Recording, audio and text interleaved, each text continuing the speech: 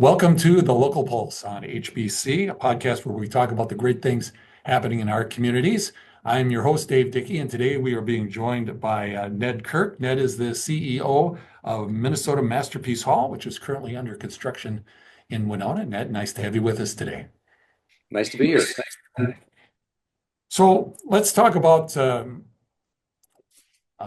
inspiration for Minnesota Masterpiece Hall. What drove to the creation of this facility, or some of the driving factors? I think there's multiple factors to this. The primary factor I think is that the founder is deeply passionate about Winona and economic development. So that's the first strongest driving force in this is developing our community and bringing opportunities. I think then the next question is why is it arts, right? I mean, there's many ways to do economic development, and so uh, there's I think there's a couple answers to that. There's so much going on in this community already. It definitely between the various festivals and other organizations, I know that it's very much a destination for plenty of people. Um, the success of other organizations has proven that there's viability to this, and I'll speak to the Beethoven Festival in particular because we're building a concert hall, right? So that's the one music thing that this community has not had before in terms of its own venue. I mean, Beethoven's been around for 18 years, but we move around town, use venues all over town. But the Beethoven Festival proved that there is an audience for classical music in particular, and not just an audience locally, but an audience who's willing to drive a long way to get here.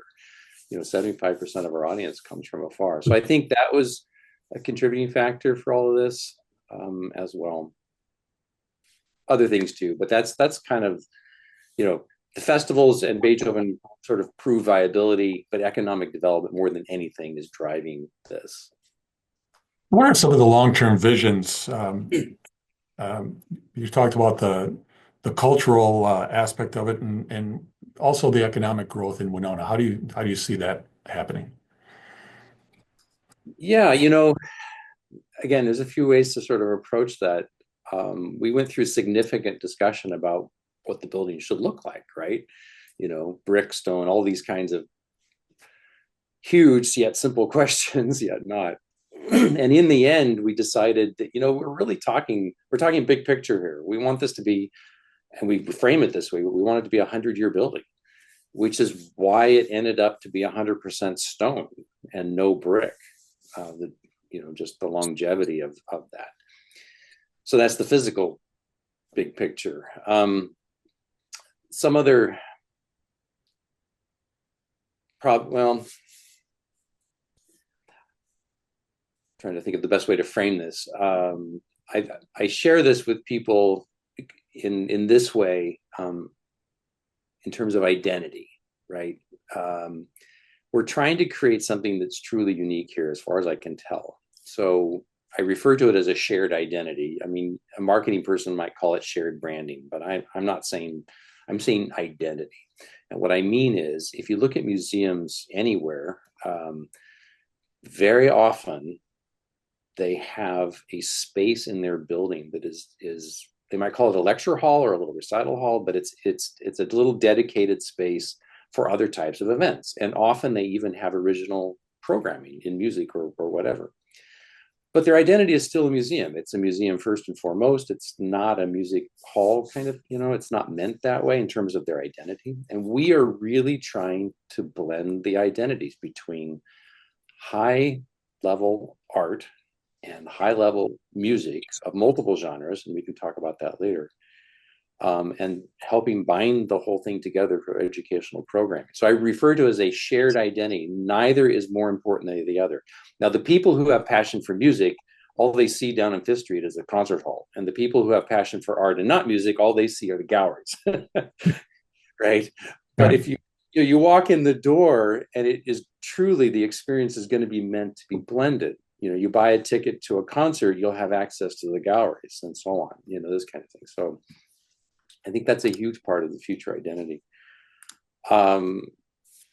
I could go on for a while about the long-term vision, but again, speaking to economic growth, we're planning to create our I'm referring to music programming in particular. The galleries will be open year round, but the music programming is meant to coincide with our tourist season, which is an unconventional way of doing it. Traditional seasons for any concert series anywhere usually follow the academic year, September through early June, and then they might have a summer festival season, and they call it that. It's always a festival, whatever. For us, we're talking May 1st through the end of October, which is not normal at all. I talk to a lot of managers, and they have a hard time wrapping their head around that. It's like, no, we have a 25-week season. It runs the tourist season. Then the second part of that, it's only Sunday afternoon, so matinee performances.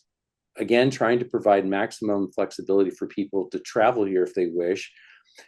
And if they don't want to stay overnight, they can do day trips from the cities. They can easily get back in the evening. If they do want to stay overnight, of course, which we hope, plenty of opportunities. Sunday nights tends to be a lighter night on the local hotels. Again, intentional on our part.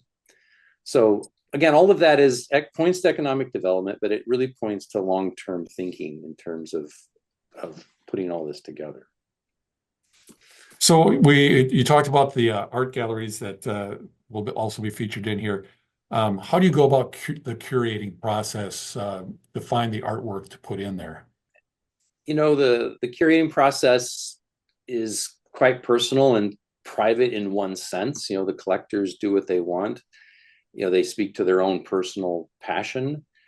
The same thing in the music side. It's my way of approaching choosing artists is very personal and frankly a little unconventional, and I can share a bit about that if you like. But really, the answer to your question more than anything is we hope and strive to have something for everybody, both from the art to the music. So from the art point of view, I can't give any spoilers yet about what will be in the galleries, but it's I think we're making great strides towards having hopefully something for everybody. And then on the music side, I can it's not possible to give spoilers because I can't specifically schedule a concert set for a building that's not done, but what I can say is a lot of people, because of the Beethoven thing I mentioned earlier, and of course my history with Beethoven all these years, a lot of people are assuming that this is a classical music only venue, and that's just not the case. We plan absolutely to have all kinds of genres of music to speak to, hopefully have something for everybody. Truly, there will be some classical, but I am planning jazz, I'm planning folk, I'm planning Irish, I'm planning, on and on. We want a wide variety of offerings. The only rule, if you will, to any of it is it's in our middle name, Masterpiece, Minnesota Masterpiece Hall. Whatever we offer has to be at the highest possible level of whatever it is. That's the only really deep requirement. It's really evident to me as we continue to talk. A venue is going to be just a tremendous compliment to the Minnesota Marine Art Museum here in Winona as well. Was that kind of part of the plan as well? Not specifically. I think it's not going to compete in the slightest. It's going to complement, and vice versa. MMAM is definitely going to complement as well. But the Minnesota Marine Art Museum is very much part of the bigger picture of the Great River Shakespeare Festival. And I'm hesitant to name all these organizations because I know I'm going to leave some out, and I don't mean to leave any out. But there are so many organizations in this community to speak to art and theater and music and so on that are all part of that complementing, if you will. So that's how we view it. It's even bigger than that one organization. Another component is to the Minnesota Masterpiece Hall is going to be an educational component. Can you tell us a little bit about what you're thinking that might look like? Sure. Again, that's very far out, so it's not concretely planned by any means, but there's a few generalities I can certainly share. One of which I just want to clarify. We're not a school, and we're not trying to be a school. It's not going to be like that at all. But it's very much intended. Our hope is to, I think, three parts as I think about it. So programs that integrate the two, art and music, right? And then there'll be opportunities that highlight music and highlight art, right? Whatever that means. And it's not developed at all. It's just too far out yet. But I can give you a couple of examples of where the thinking is. And so one of the Beethoven Festival artists who's been here twice, the Spanish guitarist Pablo Sanfiegas, and I hope I pronounced his name correctly, but he has been to Winona twice. He's a world famous Spanish guitarist. He loves coming here. He knows all about the project. He's very supportive of the project. We've been using his image in our materials with his encouragement and enthusiasm. He wants to be part of this. So that's why we picked his image. Just to highlight one of the programs he does, to give you an example of the integration, is he has, and this is how we met him actually years ago. He created a program that matched some works for Spanish guitar with some Spanish artwork, paintings specifically. And it was a small collection that he did of this particular program that we witnessed. And it was, I think, 6 or 8 paintings and 6 or 8 compositions. And so he picked repertoire that went with the theme of the artwork. And gave essentially a lecture recital. And this was intended for an adult audience, but it was not on stage. He did it in a art gallery right next to the artwork on the walls. And so it was for a fairly intimate setting. I think there were about 30 people in attendance, something like that. And it was a marvelous way of blending the two worlds, but doing it in a gallery, even though he's playing the guitar and so on. So, I mean, that's just one of many, many examples of pulling the two together. There are certainly more traditional examples of, you have a great pianist come and he or she does a master class and you invite students to do piano or clarinet or whatever.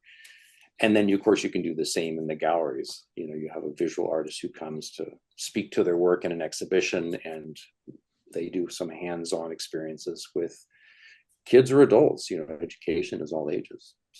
Very good. We're going to take a real quick break, and when we come back, we'll talk more with Ned Kirk of the Minnesota Masterpiece Hall right after this.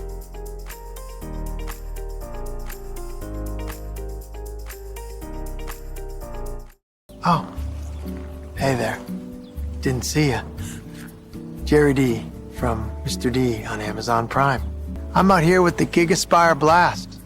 Keeps my connectivity strong, so I have no interruptions, so I can watch and I can paint freely, no distractions and no interruptions.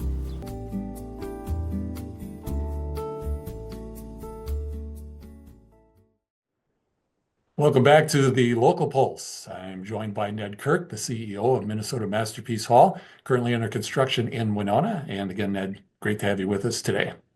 Yeah, my pleasure. So we talked a little bit about the programming, and I guess in that sense, we kind of put the cart before the horse because we're still building this this hall. So tell us about the construction process. Staying on track, I suppose, and staying under budget might be the two obvious ones. I will say we're doing great with both. I mean, inevitably with budget, there's a little bit of creep here and there, but it's kind of expected, you know, in a project of this scope. You know, we're talking about a building that's $60 million. You know, it's been misreported frequently, by the way, the value and the scope of this in other places. So I just want, it is in fact a $60 million building. But I think Schwab Construction is our primary contractor, and they're doing a huge lift of the work itself. And they've done a tremendous job of staying on track. So one of the challenges, of course, is juggling all of that scheduling. And so a few things get behind, a few things get ahead. They re-coordinate. So that's going on constantly behind the scenes, the juggling of the schedule to try and stay on track. And of course, in the winter, last winter was warm and we got ahead, and this winter has been colder, so we've gotten a little behind, and you know, it's all of that. those are the primary things. But the design has been going on for a long time, and given you drive down Fifth Street and you look at how much is there, you would think, okay, well, the design is done, and it's mostly done, but there's like a small handful of meetings left to make final decisions about odds and ends. Even last week we made a final decision about a particular glass wall for a variety of reasons, and we even at that late stage made a few changes. So that's still going on too. But if you walk inside the building, on the outside they may be pouring concrete and doing steel, but you go inside, and while that's happening in some places, there's also detail work going on in places. Finished plumbing in some spots, and drywall is going up in certain spots, and on and on. So there's a wide range of completion taking place from early stage to late stage, depending on where you are in the building. So as a music venue, acoustics are very, very important. The structure, the skeleton of this building is steel and concrete. And I'd imagine there's got to be a lot of thought then into going into what you're putting on the walls and how those walls are shaped to get that ultimate acoustic sweet spot. Yes, tremendous attention is being paid to this. I'd like to clarify right up front too, is that this is intended and is being built as and designed as an acoustical concert hall. Acoustical in the sense of intended for live music first, that's not amplified. But of course, you can also do amplification as needed. It's not a multi-purpose theater. It's not meant for other styles. There's no, it's not a theater in that sense. It's not multi-purpose. It's not for dance. It's not, none of that. It's being designed specifically for acoustical music, which means that the stage is an open platform design big enough for 105 musicians, and then all the support spaces behind the scenes, like orchestra dressing rooms, for example. That's unusual you would never do that in multi-use spaces because you're trying to cover everything. But here we're building specifically dress rooms to accommodate a single large group like that. From acoustics point of view, then, the very first question the acoustician ever asked us was, where does your ambulance deploy from in your community? And in our case, it's, 3 blocks away. It's not far, because the idea is that ambulance should be able to go down our street. And if you're inside the concert hall, you shouldn't be able to hear it. And same thing with horrendous summer thunderstorms. You shouldn't be able to hear that when you're inside. So density is a huge, huge component. So the concert hall walls, people may recall, that was the very first thing to go up a year ago, December, in these large 54-foot panels, 6 feet wide, 12 inches thick, density, just super heavy. And that's also why the stone on the building is unconventionally 4 inches thick. It's, again, just tremendous density. And that's one of many, many, many different things. The roof has special design. The walls have special treatments. There's a certain curtain system, and I could go on and on about this, but lots and lots of attention paid to acoustics for live, non-amplified music. And when you look at the building too, if you stop and take a close look at it, the performance area itself is a box inside a box, really, because I don't think maybe on the backside it might share a wall, but there are other walls that surround it on the outside. You've got hallways and concourses and things, right? All the way around. Yeah, it's a box, it's a building inside a building. So, if you're on Fifth Street, you don't really notice what's on the south side. You'd have to go over to the Broadway side and look. But there's a huge wing over there of 2 and 3 floors, depending on where you are. And tons of support spaces are over there as well. The other thing I was going to mention, our acoustician recently did Lincoln Center in New York, the refurbishment or the renovation, of David Geffen Hall. So we went right to the top for quality acoustical engineering. And the other big component is not just the hall itself, but in fact, the entire building. because there are acoustical treatments in the galleries and in the entire HVAC system for the entire building, including the galleries, because everything in the building affects what happens in the concert hall. If you were just building a museum, you wouldn't have to treat the galleries for acoustics like that. But because the concert hall is right there, everything, light fixtures, hums, rattles, all the equipment and all the mechanical spaces is on springs and little risers. So the attention is far bigger than just the hall itself too. That's amazing. We're getting close to the end of our time here, Ned, but just like to ask you, what do you envision the experience will be like for anyone attending an event at Minnesota Orchestra Hall once it's complete, or Minnesota Masterpiece Hall once it's completed? I hope people walk in regardless of their expectations and walk out with a sense of surprise, that they experience something unexpected. At the Beethoven, here's one way to characterize it. At the Beethoven Festival over the years, some of my favorite events we ever did were concert artists that the expectations were, how do I phrase this? They were less famous than other people, right? So people walk in the door and they trust us because of our history, but they've never heard of this particular artist, right? And then they have this experience that I call them sleeper concerts, where they blow everybody away because it was unexpected. They're not Yo-Yo Ma specifically, but they're absolutely at the highest. They brought their A game. They're incredible artists, and they provided this unexpected, surprising experience, and people talk about it for weeks and months. Those have been my favorite events. So I'm hoping that both in the art and the music, people will have those kinds of experiences. Well, we are looking forward to the building being completed, and we can be treated to some beautiful, I bet we'll be treated to some beautiful music here for years and years to come. Ned, thank you so much for taking time to talk to us about Minnesota Masterpiece Hall, and best of luck as you get closer to the home stretch here. Thanks very much. It's been a pleasure. And thank you too for joining us for the Local Pulse. Join us for our next program. We'll be speaking with Sandra Burke from the Winona Volunteer Services. We'll be talking about March Food Share Month. Thanks again for joining us, and we'll see you next time on the Local Pulse.